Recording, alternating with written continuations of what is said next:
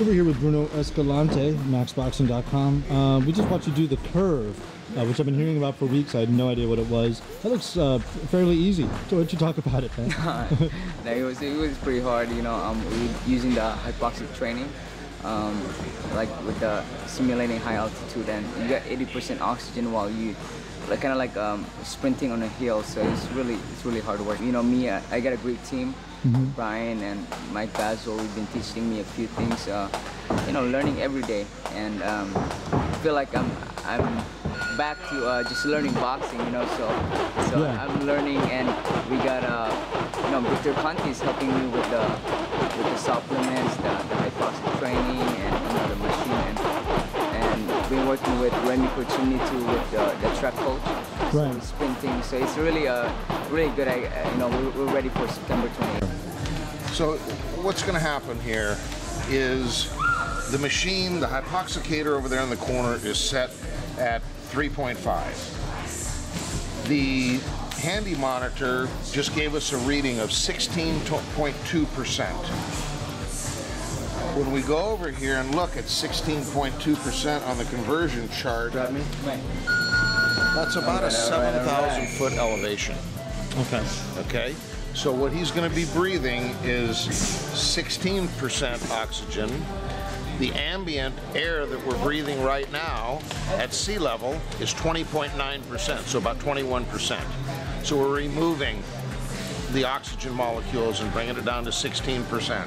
Times, and the recovery is getting better. I sparred 10 rounds yesterday. It felt like easy, you know, and it's good. To the speed, the whole purpose of the biggest thing on this is not to take too long to get to that mile per hour. Don't start slow and then get possible, because you're going to hold that for about 20 seconds.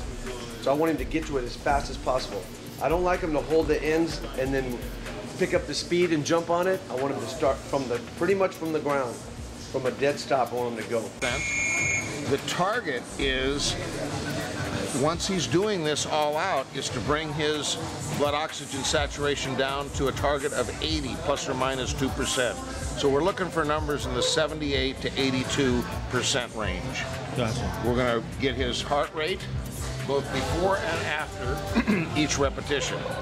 Mike Bazzel will step up here and he'll record the miles per hour, the maximum during that 20-second interval, the maximum miles per hour that Bruno achieves. And then he's going to take an oximeter between each repetition, put it on Bruno's finger, and then he's going to measure his heart rate and his blood oxygen saturation and notate it. So this will all, once we get started, happen very quickly, but it's really about sprint interval training in hypoxia. That's what we're doing today. And this is a curve machine, which is a non-motorized treadmill with a curve to it. It's kind of like running uphill a bit, but the idea is you're not limited and like a treadmill to the number of miles per hour that can go. As fast as you can run is as fast as this will go. And as soon as I did that, I got confidence that when I get tired, I know I can recover.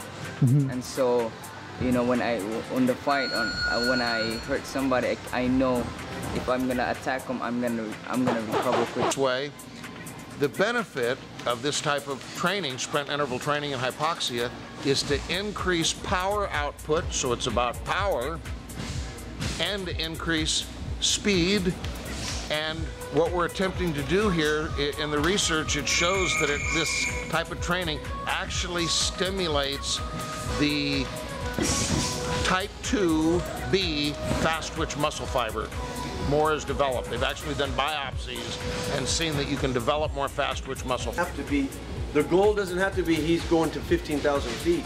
The goal is hitting the target of 80% blood oxygen. That's saturation. The goal, where it's at. If all of us go to Big Bear and we all train together, one of us might be hitting the target on that day. We're all doing the same workout at the same elevation. There's not like, well, I'm not doing so well, I got to go down at 2,000 feet.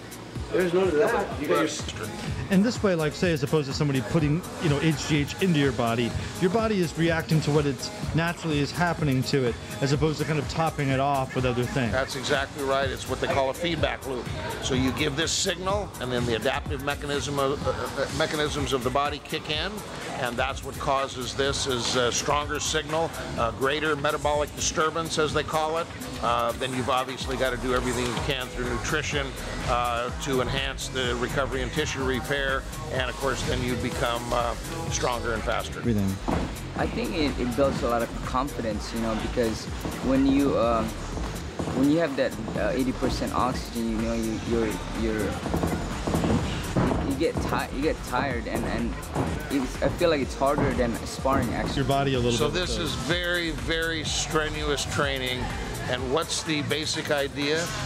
And the reason for the 20-second interval of exertion is we're looking at that conversion from the ATP system to the glycolytic system, where you start burning glycogen as fuel. And so we're taking you through that to that transition between the use of ATP and the use of glycogen as an energy source. That's why there's 20 seconds, and then we rest in 12. Because of the training we have here, you know, like the hypoxic training with Remy Cortini sprinting and Mike Bazzel, you know, all this strength conditioning, and you know, it's really give me confidence to finish whatever rounds you know scheduled.